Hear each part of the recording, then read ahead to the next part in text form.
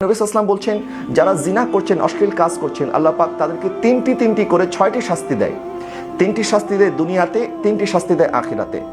দুনিয়ার 3টি শাস্তি হচ্ছে তার চেহারার যে সৌন্দর্য, তার চেহারার যে লাবণ্য, এই লাবণ্য সৌন্দর্য আল্লাহ সুবহানাহু ওয়া তাআলা কেড়ে নেয়। তার চেহারার নূরকে আল্লাহ সুবহানাহু ওয়া তাআলা ছিনিয়ে নেয়। তার চেহারার মধ্যে আর কোনো নূর থাকে না। তার আয়ু আল্লাহ পাক কমিয়ে দেয়, তার হায়াত কমে যায়। 3 নম্বর নবী সাল্লাল্লাহু আলাইহি ওয়াসাল্লাম বলছেন, সে সবসময় দরিদ্র অবস্থায় থাকে। দারিদ্রতা তাকে এমনভাবে গ্রাস করে, সারা জীবন সে দারিদ্রতা থেকে বের হয়ে আসতে পারেন। তার রিজিকের মধ্যে বরকত চলে যায়, আল্লাহ সুবহানাহু ওয়া তাআলা তার রিজিক থেকে বরকত কেড়ে নেয়। এই 3টি শাস্তি হচ্ছে দুনিয়ার শাস্তি। এবং আখিরাতের শাস্তি হচ্ছে, আখিরাতে কিয়ামতের ময়দানে আল্লাহ সুবহানাহু ওয়া তাআলা তার উপরে নারাজ হবেন এবং তার হিসাব অত্যন্ত কঠিনভাবে নেওয়া হবে, অর্থাৎ চুলচেরা বিশ্লেষণ করা হবে তার আমলনামা, কোনো ছাড় দেওয়া হবে না। এবং 3 নম্বর, আল্লাহ সুবহানাহু ওয়া তাআলা তাকে জাহান্নামী করে দিবেন।